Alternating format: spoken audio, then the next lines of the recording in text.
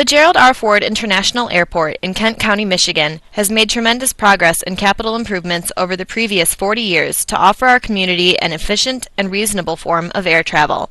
The airport has been making extensive improvements and is currently in a strong marketing campaign to be acknowledged as the regional airport in the area. Significant improvements to parking, infrastructure, and airport traffic have created a beautifully modernized airport that we, as a community, can all be proud of. The beauty, however, appears to exist only on the surface, and important issues such as environmental stewardship, long-term master planning, and sustainability have been overlooked and continue to rank low on the airport's priority list.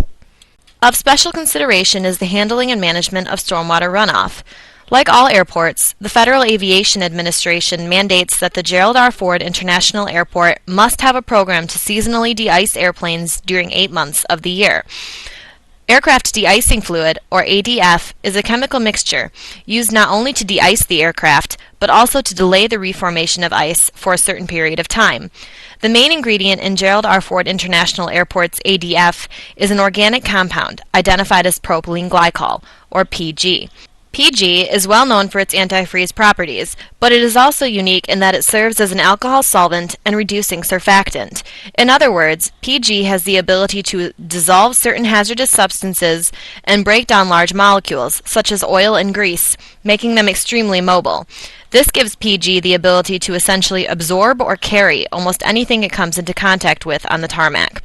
The tarmac substances that can be mobilized by PG include oil, fuel, solvents, salts, fertilizers, herbicides and pesticides, metals, scrap rubber, and countless other products that contain hazardous substances.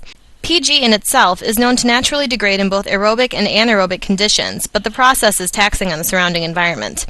The compound maintains high levels of biochemical oxygen demand, or BOD. In essence, BOD is a food source for many of the organisms and plant life within a waterway. When an organism or plant uses the BOD, oxygen is consumed as part of the process. The problem with PG is that the oxygen depletion potential is 100 to 1,000 times greater than that of raw sewage. In other words, the amount of PG used during a single jet airplane de-icing event can be equivalent to the BOD loading of 1 million gallons of raw sewage. This causes dramatic degradation of water quality and disrupts the health of the ecosystem. Other related issues to PG in a waterway include extensive chemical and foul odors, turbidity, discoloration of waterways, foaming in the waterway, bioslime blooms, and the displacement or elimination of certain native aquatic species. While other airports have adopted on-site recovery and recycling technologies which can eliminate 60 to 90% of PG prior to hitting the surface water body, the Gerald R. Ford International Airport uses a different approach. After ADF is applied to the aircraft, the de-icing fluid flows over the concrete to one of the 46 catch basins on the airport tarmac. The airport reports that 1/3 of the PG is recovered through collection techniques at each of the valved catch basins. The other 2/3 of PG is unaccounted for, and a large percentage ends up discharging through the catch basins into a local surface water drain identified as Trout Creek. The Gerald R. Ford International Airport reports that it utilizes approximately 83,000 gallons of PG each year. The use of ADF is a critical element of airport safety, but what happens to the chemicals when they hit the tarmac? This is where the Gerald R. Ford International Airport differs from other airports that place a higher priority on environmental stewardship and sustainability. The headwaters of Trout Creek exist on the airport's property, and the tributary extends through a residential neighborhood and discharges at a recreational portion of the Thornapple River. As the surface water leaves the airport, it meanders through a natural channel that travels through the backyards of homes and neighborhoods. Numerous residential water wells exist within close proximity to Trout Creek. Other than a sewer discharge, the creek has served as an important source of water to the watershed users. Over 10 years ago, it was discovered that the glycols were contributing to the growth of bacterial slimes, more commonly referred to as biofilm, in Trout Creek. While the presence of biofilm itself in the creek is overwhelming at times, additional environmental conditions have been observed and documented. The observations included discoloration, blue-green turbidity, foaming, airport litter and debris, extensive erosion, and various chemical and foul odors. The odors are described as faintly chemical in some areas, and in other areas similar to that of rotten onions. In the sediments, the odor appears to be anaerobic and has been identified as extremely foul and repulsive. The airport has no significant stormwater flow and control mechanisms, and high levels of erosion were obvious in many upper portions of Natural Creek beyond the airport outfall. Sediment deposits exist in the lower portion of the creek, as well as in the Thornapple River. These observations all show support for the claim that the creek remains impaired for more reasons than just biofilm, and any future design to fully mitigate these impacts will require special consideration. In January and February of 2012, the biofilm was documented to flourish, especially within the initial 1,000 feet between the CSX railway culvert pipe and the 36th Street Bridge, just beyond the inner airport runway security fence. The biofilm consisted of various things such as algae, biological growths, fungus, and many other unusual growths. The biofilm was colorful, with green algae blooms attached to rocks, white, gray, and reddish-orange biogrowths also clinging to rocks, algae, and substrate, an unknown orange fungus that adhered to rocks at the CSX spillway. Biofilm has also been reported in other sections of Trout Creek, especially amongst the residential properties downstream. During certain observation events, a blue-green turbidity was noted within the flow line portion of the stream extending to the Thornapple River as a plume. Black discoloration was also observed on the base of rocks in some areas of the creek bed, which, when churned up, were accompanied with extremely foul odors, indicative of anaerobic conditions. The sediments exhibited a dark discoloration and a similar anoxic odor approximately 1 to 2 inches below the surface. The black discoloration and odors were evidence of significant anaerobic activity. Foaming has also been observed in select areas of the creek during certain observation events. While some foaming can be considered natural, excessive and consistent foaming is a sign of impurities in the water, such as oils, fats, greases, and other chemicals. The fate and transport of other toxic tarmac substances, such as inorganic metallic constituents, has not been fully assessed.